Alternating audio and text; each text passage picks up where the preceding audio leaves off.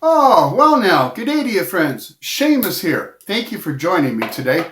My thanks to all of you who have liked our videos here on YouTube and shared them out with your friends. Thank you for letting your friends know who we are. For those that have subscribed and clicked the little bell thingy, we appreciate that. And for you kind folk that have used the Buy Me a Coffee app that's down below to send a bit of cheer this time of year, thank you for that. We really do appreciate it. Today we have a short, simple story. It's a lovely little story about community and taking care of each other during difficult times, and I hope you enjoy it. Let's just get started with the story of the clock and the sundial. Our story begins almost 700 years ago, and in fact, it's on the first day after the longest night of the year, just about this time of year. And in our story, there is a particular village, and in this village, there's a low tower, and at the very top of this tower, right up in its peak, there is a mechanical clock that has kept the time for many years. And for all of those days and months and seasons that clock has been there serving the village, it has done a splendid job. But on this particular day, the clock finds itself starting a conversation with a sundial. Now, this sundial had also been serving the village for many years. In fact, for many years before the clock was ever built. And it told the time as well as it could. But of course, a sundial needs the sun to shine to strike its arrow to mark the hour to share the time with the village. And this time of year, the days start, well, much later than they normally do, and the skies are known for not being incredibly clear in the midst of the winter time. And on this particular day where our story takes place, the dawn had broken over an especially cloudy day, and as the sun rose, it was completely hidden from view.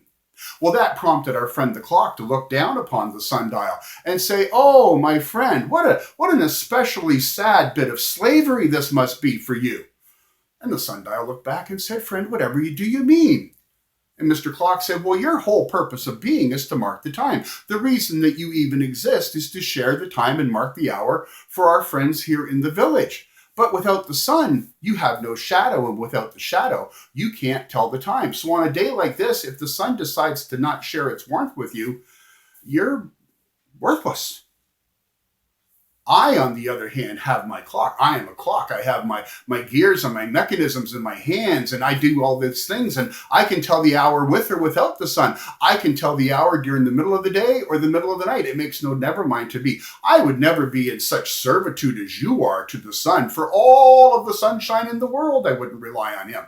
I stand alone and mark the hour. And friend Dial, I will tell you that at this very moment, it is exactly 12 of the clock." Well, of course, at that very moment, the clouds thinned and the sun broke through, and it shone warmly down upon the face of the good green earth, and it cast its soft light down on the face of the sundial, and catching that little needle, it shone its shadow down, and anyone that cared to look could see that it was actually half an hour after 12 of the clock. And Mr. Sundial looked up at the clock and said, "My friend, I don't know how to tell you this, but if you will cast your eyes down upon you, you will see from the shadow on my face that actually it is half an hour gone, 12 already. And for all of your boasting, friend, you're wrong. I don't mind cooperating with the sun. I rather like it. I like being a part of something bigger than myself. I rely on the sun casts its shadow, I share the hours with the villagers, and then if needs be, you can look down and realize that you are wrong and you can reset your hands.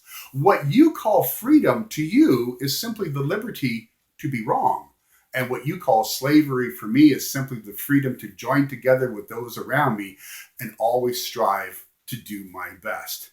See, Mr. Clock, I learned long ago that I'm a part of something more, and it is good for us to mind our places, work together, and always serve each other. And as I rely upon the sun, you rely upon me, and we work together to help our village and make the day go well." Well, I heard this story, friends, and I couldn't help but think about what it's like to live in a community, especially during difficult times, especially during busy seasons of the year. And all I could think about is how much better our lives are when we realize that we're a part of something bigger. And instead of trying to stand alone, we stand with each other, we stand for each other, we help each other, we support each other, we cooperate each other, and we realize that life is always better when we are together. I do thank you for visiting me today. However you keep the season, we wish you the very best joy that you can possibly have. We'll be back in just about a week with another tale. Thank you for the likes and shares on Facebook and YouTube and things like that. Thanks for your subscriptions and your bell ringing. Thank you especially for those coffees. I really appreciate it this time of year, and the Buy Me a Coffee link is down below. But more than anything else, friends, this time of year and every time of year, take good care of yourselves, take good care of each other, and we will see you soon. Cheers.